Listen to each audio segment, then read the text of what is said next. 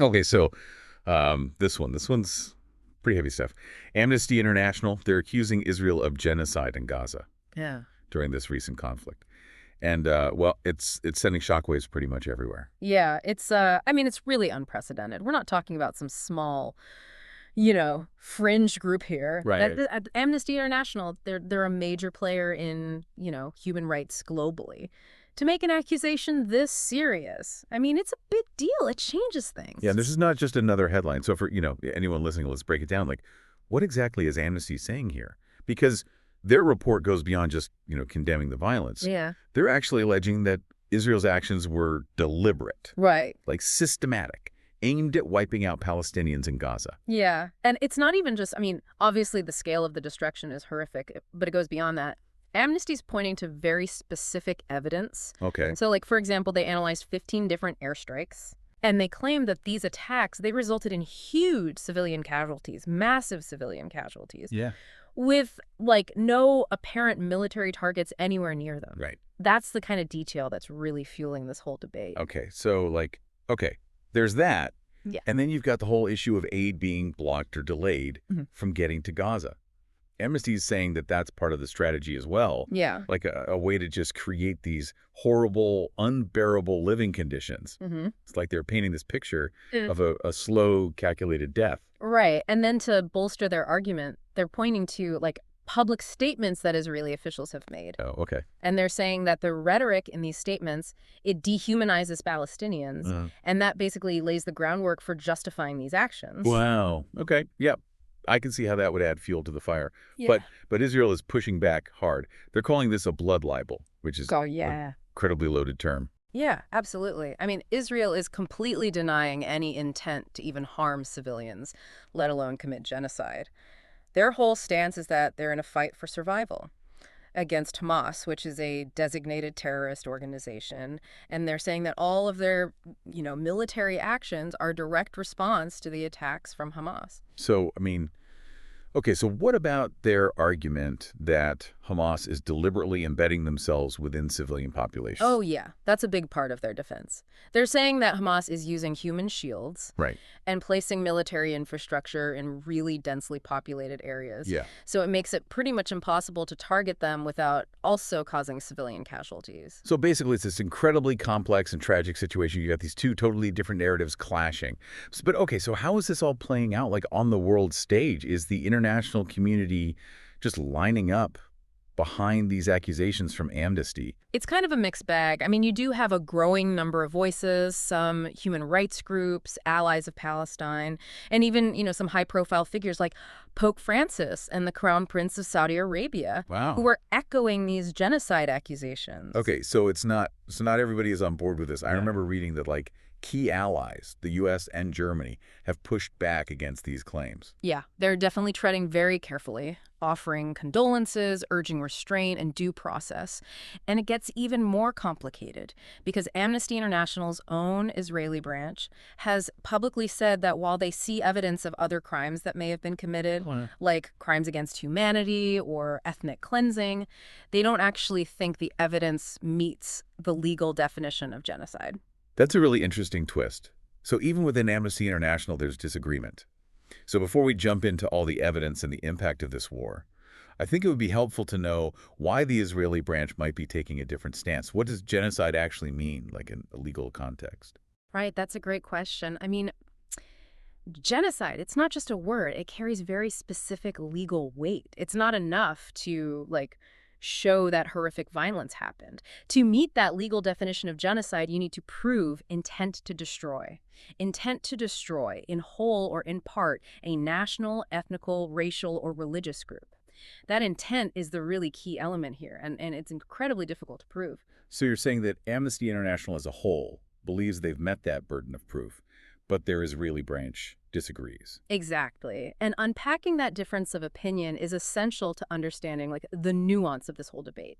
Because remember, Amnesty International Israel, they aren't dismissing the suffering in Gaza. They're acknowledging the very real possibility of other serious crimes that may have been committed. It's just that they're drawing the line at that very specific legal definition of genocide. Okay, so, wow. I mean, my head's spinning already. We've got Amnesty International making this huge accusation. Israel is totally denying it. And then there's disagreements even within Amnesty itself.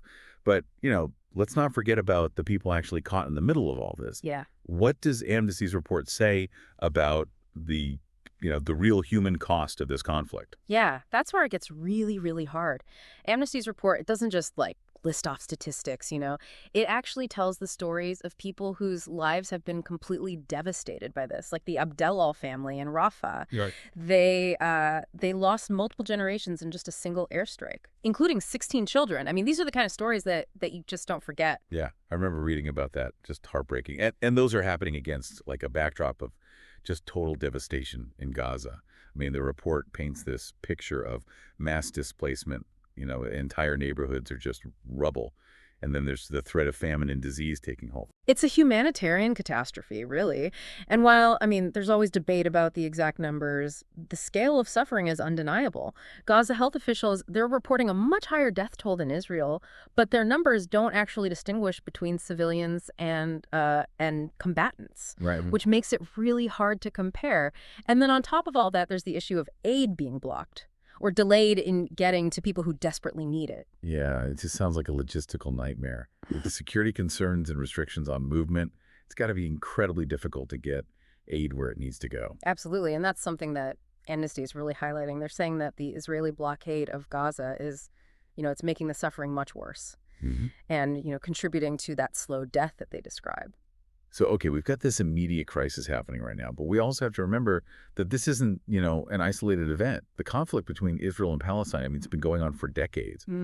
What context do we need to keep in mind to really understand what this genocide accusation means? You're right. This current conflict is just one chapter in a much larger story. Yeah. You can't really grasp the significance of this moment without understanding all the history, like the broken peace agreements, the ongoing occupation of Palestinian territories, all the resentment and mistrust on both sides. It's been simmering for generations.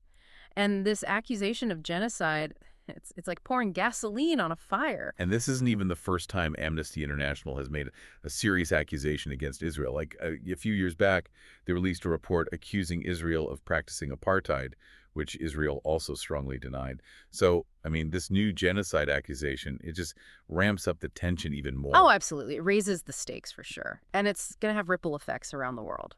I'm curious about those ripple effects. What are the potential consequences of this accusation, both in the short term and the long term?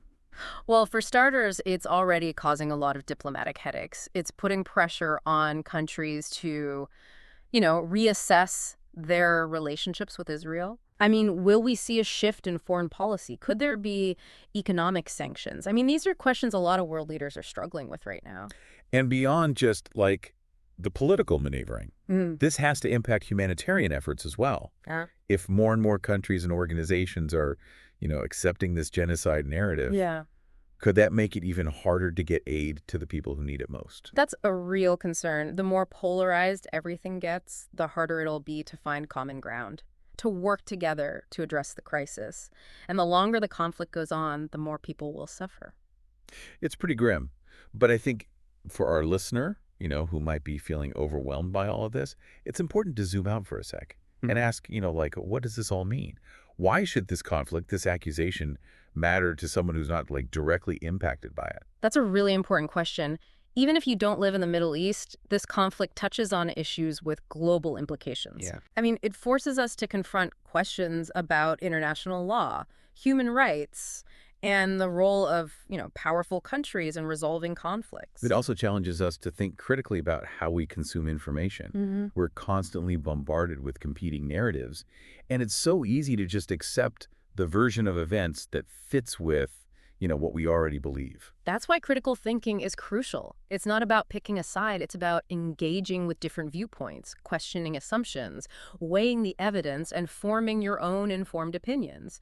Because at the end of the day, that's how we as individuals contribute to, a more informed and nuanced public conversation. You're absolutely right. This isn't about scoring points for one side or the other. This is about understanding just how complex the situation is, recognizing the human cost of this conflict, and being willing to have those difficult conversations about how to move move forward. And that's not easy. It takes empathy, open-mindedness, and a willingness to, challenge our own biases. So we've talked about the accusation, the denials, international reactions, the legal stuff, the humanitarian crisis. What I keep coming back to is, if the term genocide is so legally specific and so hard to prove, why would Amnesty International use it? It's definitely a bold move, and it's started a huge debate. Some people argue that Amnesty is overstepping, that they're using inflammatory language that's just going to polarize things even more. Others argue that they're shining a light on how serious this situation is and forcing the world to confront what they see as a deliberate attempt to destroy a people. It's like they're drawing a line in the sand, challenging the international community to take action. And that challenge brings up a lot of other questions, like Wow. what does meaningful action even look like in this situation? Is there any path toward accountability? And, what will it actually take to achieve lasting peace in this region? We've covered so much today, and it's a lot to take in. For our listeners, what's sticking with you? You know what I keep thinking about? That internal struggle within Amnesty International. Okay. It really shows just how complex this whole thing is. How even, people who were dedicated to human rights can look at the same evidence Right. and come to totally different conclusions. That's what makes this deep dive so interesting. I mean, it's No. not like black and white, There's so many layers here. We've got these legal definitions, the historical baggage, and then the humanitarian crisis that's happening right now. And- It's a lot. And for people listening, it's got to be overwhelming. Like, where do you even start trying to make sense of all this? Well, I think the first step is to just acknowledge that there isn't one right answer. There are many different truths here. You've got, an Israeli family grieving because they lost loved ones in a Hamas rocket attack, Right. and a Palestinian family huddled in a bombed-out shelter. Both are experiencing just incredible suffering. It's true. It reminds us that behind all the politics and legal arguments, there are real people whose lives have been torn apart. Exactly, and that's why it's so important to approach this whole thing with empathy, to be willing to listen to different points of view, even if they make us uncomfortable. When this report first came out, I have to admit, I immediately wanted to jump to a conclusion, to pick a side. Yeah. But doing this deep dive has really made me slow down and question everything I thought I knew. That's the power of really understanding a situation. It forces us to move past our initial reactions and really engage with all the complexity. So as we wrap up here, I'm going to leave our listeners with this question. How has all this changed the way you think about the conflict? What questions are you still thinking about? Right. Maybe you're thinking about, international law and if it can actually hold people accountable. Or maybe you're wondering what can be done to help the people suffering in Gaza. Whatever it is, we hope you keep digging, keep searching for different perspectives, and keep having those tough conversations. Because this conflict needs our attention. It needs us to think critically, and it needs us to show empathy. This has the power to change the world we live in. And remember, even in the darkest times, there's always hope. Hope for a future where violence is replaced with dialogue, where empathy brings people together, and where justice prevails. Well said. And with that, we'll leave you to continue your own deep dive into this incredibly important moment in history. Thanks for being with us.